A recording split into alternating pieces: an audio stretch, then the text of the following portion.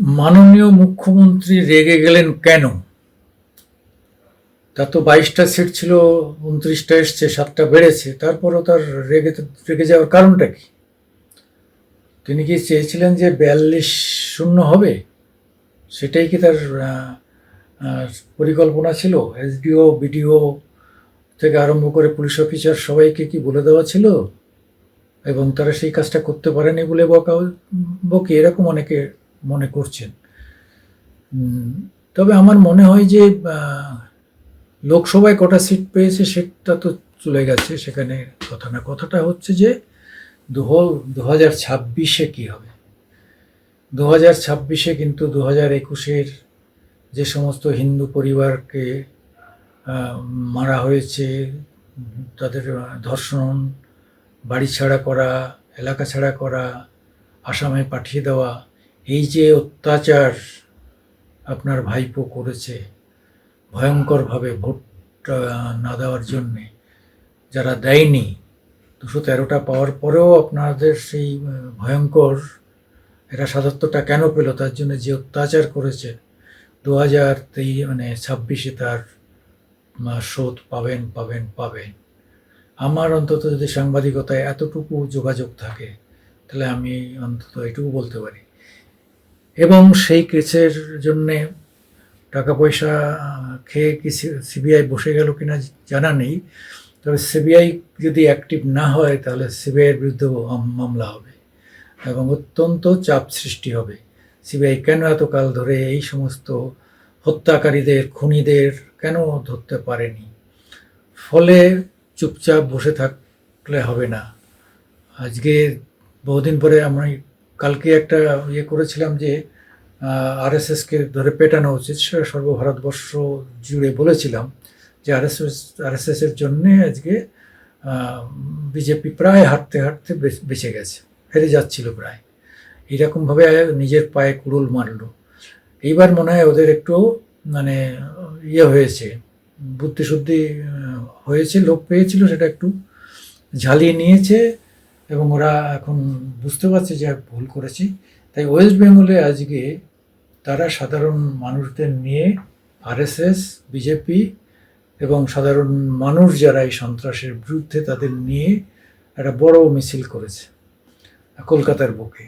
এটাও খুব লক্ষণীয় মিছিল হয়েছে, বড় মিছিল হয়েছে।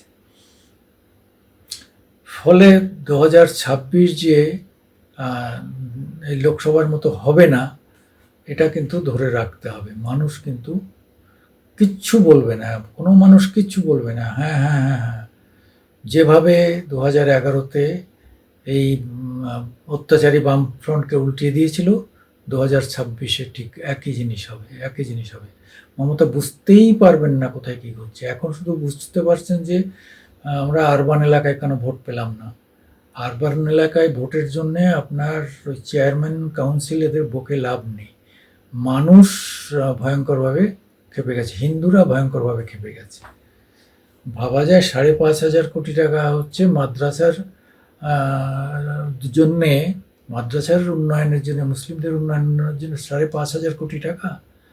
আর এই হাজার হাজার স্কুল, কলেজ, এদের জন্যে তার অর্ধেক টাকা। বহু হাই স্কুলে টিচার নেই, হেডমাস্টার নেই, চূড়ান্ত অচল অবস্থা। আর একটা হচ্ছে যে মানে জুলাই মাসে আর কত 25 দিন পরেই, 24-25 দিন পরে জুলাইতে যে ঘটনা ঘটবে, যে 27,000-এর সার্ভিস নিয়ে আদালত কি রায় দেবে না দেবে সেটা নিয়ে যে ঘটনা ঘটবে, তার আগে সমস্ত সবাইকে বকে ঝোঁকে লাইনে রাখা হচ্ছে যে ভয় পাবে না। আসল কথা হচ্ছে যে যা কিছু হোক, সব কিছু ভয় পাবে না, আমরা এটা ম্যানেজ করে নেব। সেই ম্যানেজের জন্যেই কিন্তু আজকে মাননীয় মুখ্যমন্ত্রী এই মুখ্যমন্ত্রী দপ্তরে কখনো পার্টির এই ধরনের আলোচনা হয়? উনি প্রথম কিন্তু রাইটার্সে, জ্যোতিবাবু দপ্তরে, বুদ্ধবাবু দপ্তরে নেতারা গিয়ে মিটিং করতো, তার বিরোধিতা করেছিলেন। আজকে তিনি কিন্তু সব মিটিংই তার নবান্নেই করেন, তার আর কোনো বসার জায়গা নেই।